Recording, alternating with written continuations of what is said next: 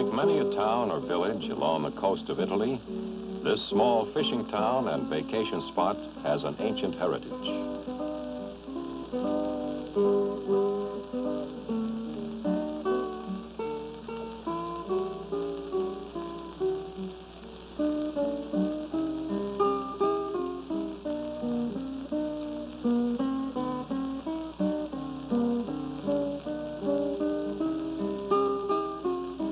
Its roots reach back into the worldly glory of the Roman Empire.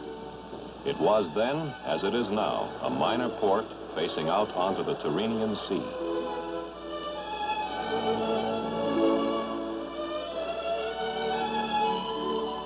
In ancient times, its name was Antium, and it was not without a degree of dubious distinction. Nero was born here, and Caligula. There is little today to recall the days of the Roman legions, and very few of the thousands of Americans who knew it during World War II would recognize its ancient name or its rebuilt, unscarred face.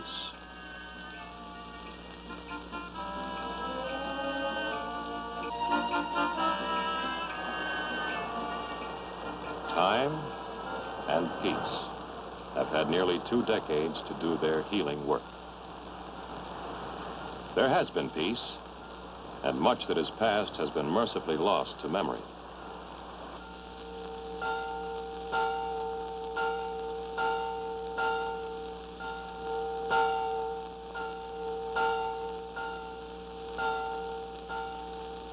But a great many Americans will never forget this town's modern-day name, the name they knew it by in 1944, Anzio.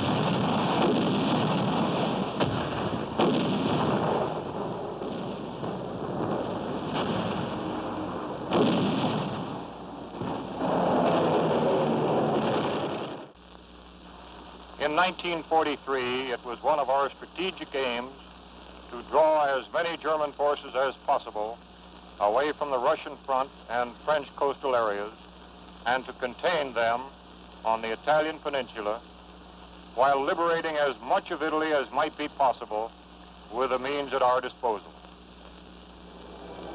As General Clark was well aware, our objectives were one thing, the achieving of them another. In late 1943, our lack of progress in the south of Italy was leading to the necessity of a landing in the enemy's rear at Anzio. Our problems in Italy had been many. For example, there was the terrain. It was ideal for the defending enemy forces, cruelly difficult for Allied troops. Oh, boy, you talk about your bad country. I mean, they didn't have but 2 directions over there. Up the hill and down the hill. Here, methods of transport long obsolete became operational necessities. It was this kind of hostile, perpendicular country which led one Allied officer to comment, "What you need to fight a war over this ground is an army of bulletproof kangaroos." The kangaroos, to be effective, would have had to be amphibious as well as bulletproof, for uncrossable rivers and blown bridges were prime facts of life. The enemy really knew his job. When those people blew a bridge, we had to start over from scratch. Some of our guys stayed wet so long, their skin puckered up like a prune. We didn't get a lot of help from the weather either, as I remember.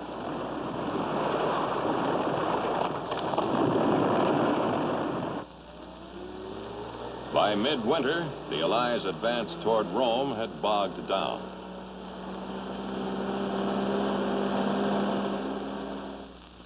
Just south of Cassino, a stalemate had developed, and it was the deadlock here at the Gustav line which germinated the seeds of the Anzio operation.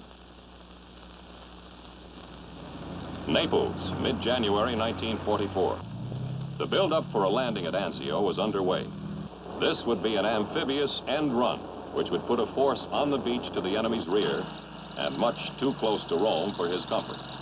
Maybe we could break the Cassino deadlock this way, but from the start, there were serious problems. It had the looks of a very chancy operation. For one thing, when all the begging, borrowing, and scrounging were done, there were only 38 LSTs for the sea lift.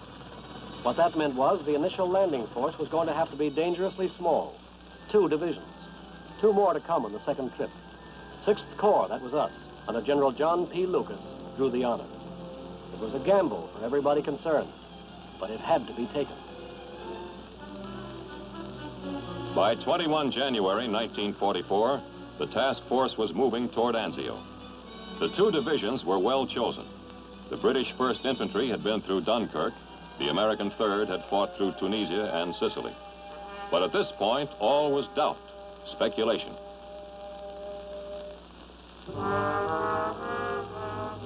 What lay ahead, no man, at whatever level, could know for certain.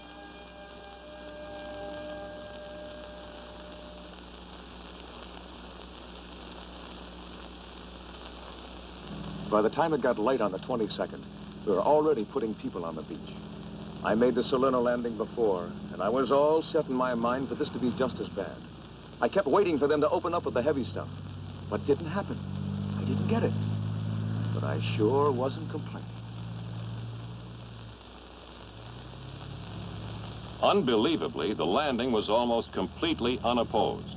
The enemy's reserve divisions near Rome had been drawn south by an Allied attack on the casino front designed to do just that.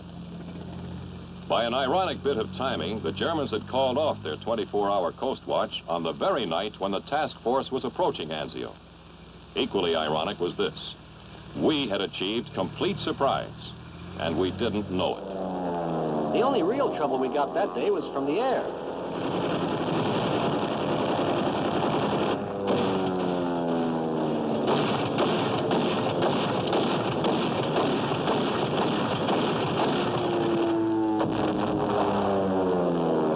They did some damage, but they only had something like 350 planes in the whole area. We had about 2,000. So they couldn't do too much. Still, at the time, it seemed like enough.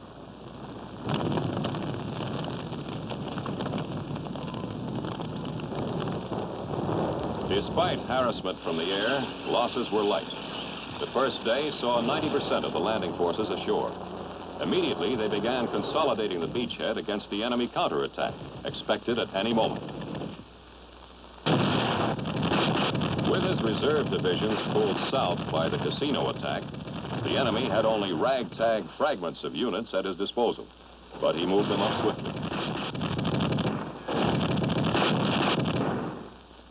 Prisoners taken in the first days were universally smiling and confident once they discovered they were not going to be mistreated. They were certain that in a matter of days they would see the Allied landing force pushed into the sea. The 6th Corps had already faced the swift and professional reaction of the German commander Kesselring at Salerno and expected no less of him in this new meeting. He lost no time in eliminating the advantage of surprise which the Allies had unknowingly gained. At Kesselring's command, General von Mackensen assumed responsibility for Anzio, and by evening of the second day of the landing, parts of 8 divisions were in position and more were moving up.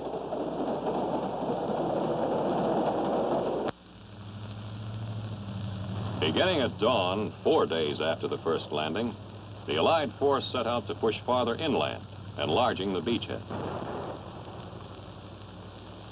The golden moment of surprise was gone. They came against rigid opposition.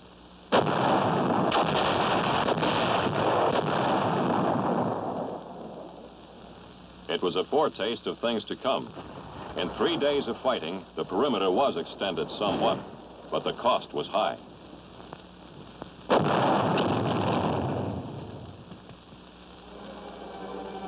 A force of 767 American Rangers trying to infiltrate and capture nearby Cisterna was ambushed. Most were taken prisoner.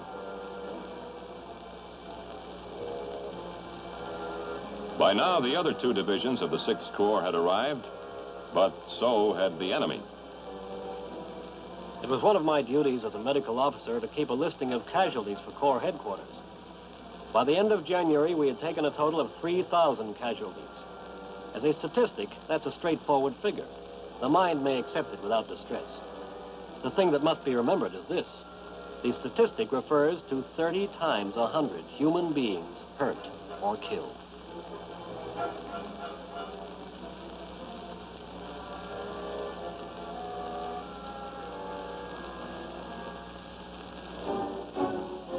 Allied offensive ground to a stop, and the Anzio forces went on the defensive. Bad weather came. This meant no air cover. This meant enemy forces building up without hindrance. A counterattack was inevitable, and we got ready for it. But barbed wire and mines, so helpful to a force on the defensive, were in somewhat short supply.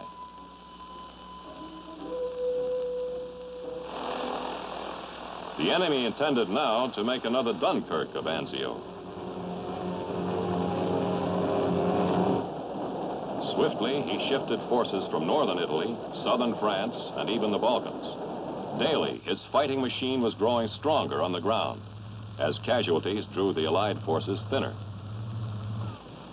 By mid-February, the enemy had pushed the Allies back in the center of the grimly held beachhead, almost to the last-ditch lines of defense. The outlook, depending on which side you were looking from, was excitingly bright or very dark. Now, once again, an Allied attempt in the south to breach the Gustav line failed. The men on the ground didn't know that the breakthrough attempt was also intended to ease the pressure on the Anzio perimeter. They only knew that enemy guns still looked down their necks from the fortified heights and that advance became impossible. With the repulse of the second Cassino offensive, it became clear. Anzio was on its own. The crisis was here.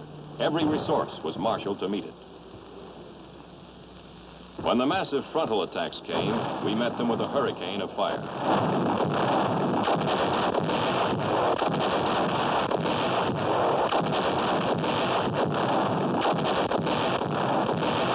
Heavy and well-directed naval gunfire played an important part in holding back the enemy tide.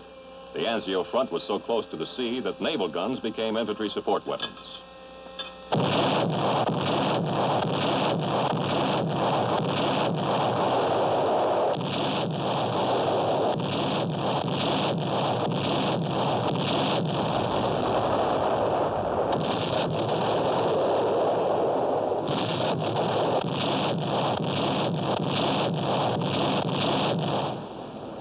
In the end, high explosives proved the saving factor.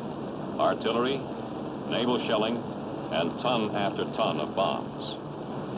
Limited by Hitler's personal plan to a narrow front, the enemy force was doomed to spend itself against a solid wall of explosives.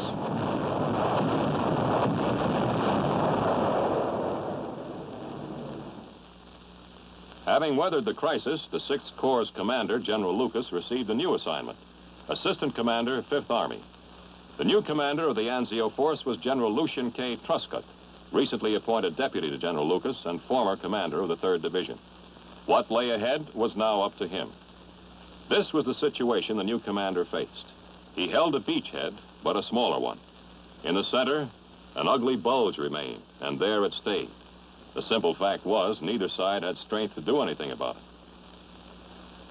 Now came a strange 3-month period which no one who was there will forget. The static war at Anzio, or as some called it, the Sitzkrieg. By now, everybody was used to living in holes. Anyway, as used to it as you can get. When we could, we'd put in the time on improvements.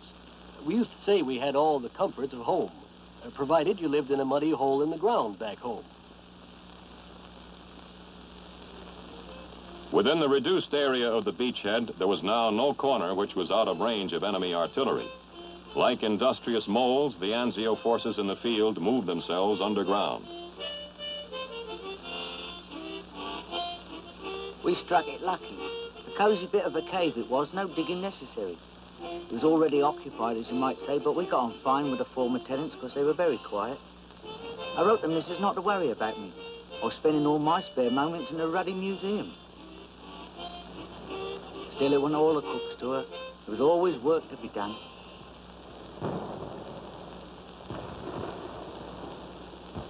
There was work, plenty. Daily, nightly, endlessly, there was the exchange of shells of varying sizes, weights, and types, fired out from and into the battered beachhead.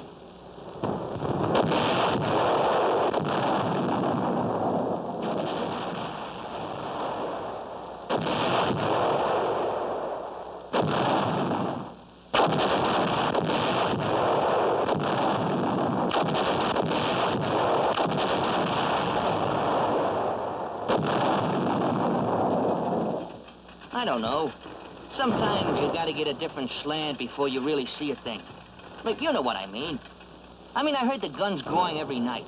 Sure, but till I got on this brass salvage detail one day, it never really hit me how much of what was going on was going on.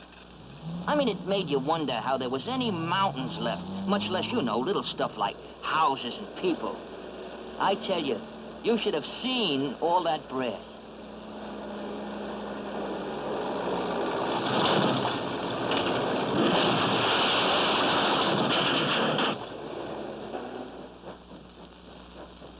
It was during this period that Anzio became especially well known, though not popular among the inhabitants of the beachhead. Actually, Anzio was not one, but two huge German railway guns, called Robert and Leopold by the men who directed their fire into every corner of the crowded perimeter.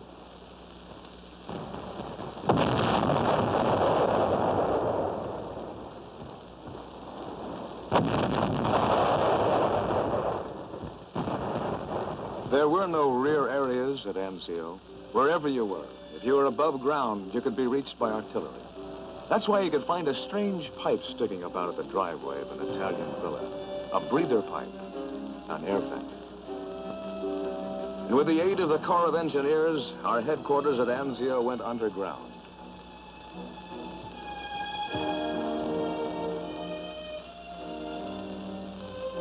The main corridor gave you an idea of how big this specialized foxhole was. It ran just about a quarter of a mile in a straight line. Branching off from it, all the elements of an operating headquarters. Everything needed, underground.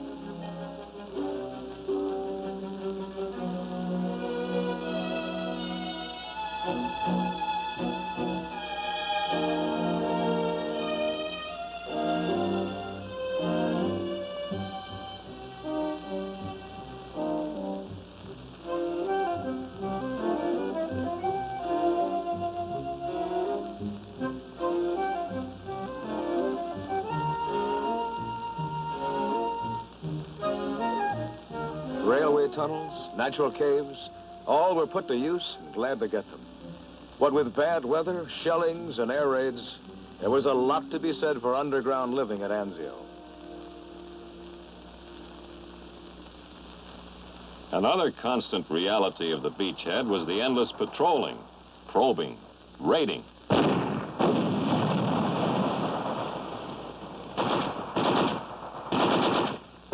Mostly we went at night, but sometimes it'd be a daylight raid. Maybe some enemy people would sneak in and set up observation in some house. Then a raiding party would go in and take them out.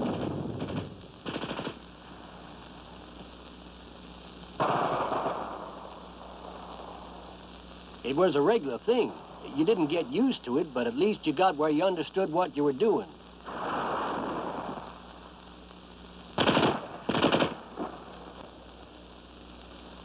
If you were lucky, you came back with everybody on their feet.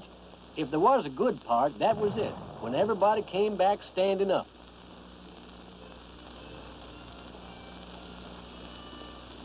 There was a right funny side to it all, though. These propaganda sheets we used to get were always good for a chuckle. I don't know yet what they hope to accomplish.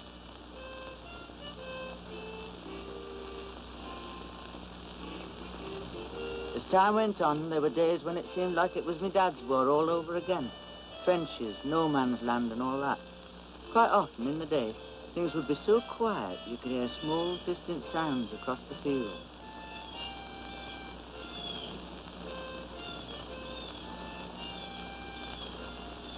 Mind you, though, night time was something else again.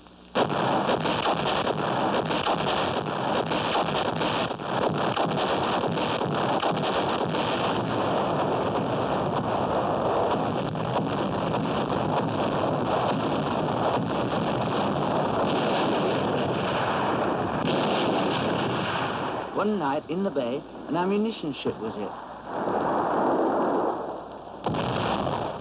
It was like a great big fireworks display. But it wasn't good to think of the people who'd been on her.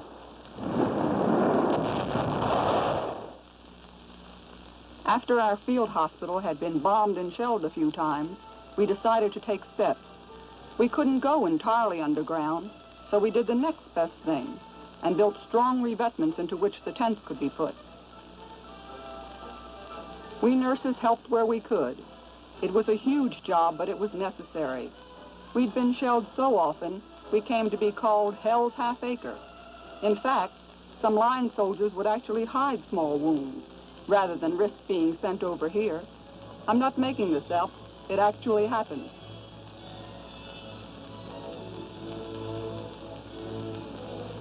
Strange things happened on occasion. There was the teenage German lad we found trying to get among the ships with a one-man submarine device. He seemed much too young to be out on such business. They sent some men round to where the thing was beached to bring it in. Funny looking thing. Really not much more than one torpedo to ride on and another one underneath to shoot. The ruddy propeller started up when they started to tow it. Livening up their afternoon all right. Well, there were some jolly good sprinters among them lads.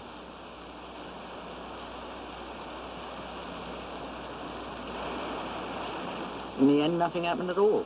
The thing simply stopped again. Sorry to present you with an anticlimax, but you know what? It happened in the middle of a time which was very much like that. As spring approached, Anzio was the scene of massive buildup for the breakout which would have to come. Despite harassing fire, the unloading of ships went on. There was a moment when there were so many supplies on the beach that this little Italian fishing port rated 7th among the great ports of the world. Now the static war at Anzio was approaching its end. Commanders were formulating the plans which would break the Anzio forces out and set them on the road to Rome. As spring came on, there were special classes in the care and use of specialized items of destruction.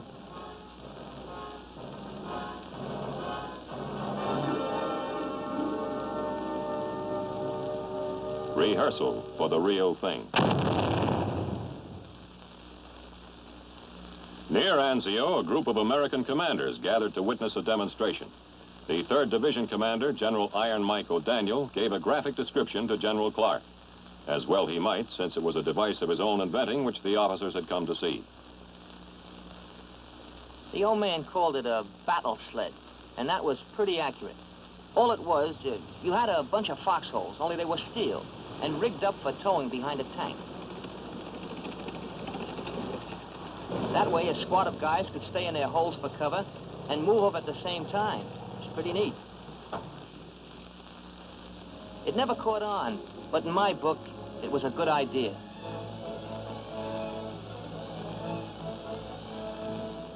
In the South, the Allied strength had grown. It was now possible to mount an all-out push against the Gustav line. It came pretty early, a feeling that this time we were going to make it. Don't ask me where we got the idea, because it was still us on the low ground and them on the high. The terrain hadn't gotten any better. Their aim hadn't gotten any worse. Just the same, the feeling was there.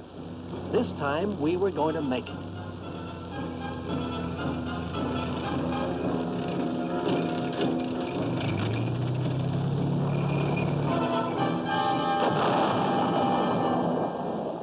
After a week of heavy fighting, it was clear that the forces in the South were, in fact, breaking through the unbreakable Gustav line. The time for a coordinated breakout from Anzio was here. May 23rd, 1944, the Anzio breakout begins. The days of the Sitzkrieg at Anzio are at an end, and the days of the beachhead itself nearly so.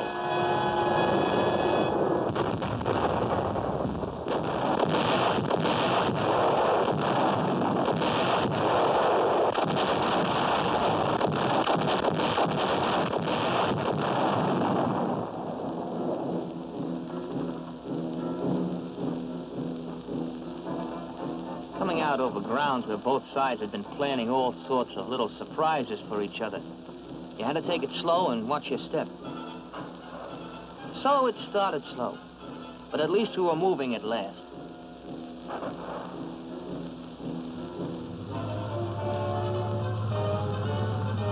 Now, after everything, here was the road to Rome.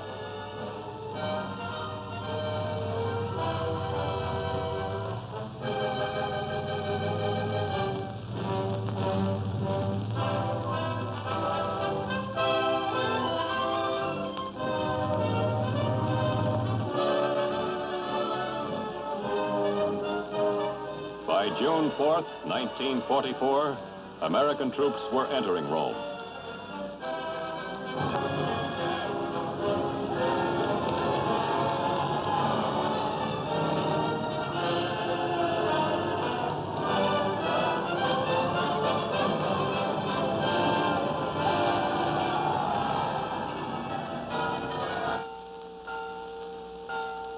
Behind lay an action over which historians could and would widely disagree in years to come.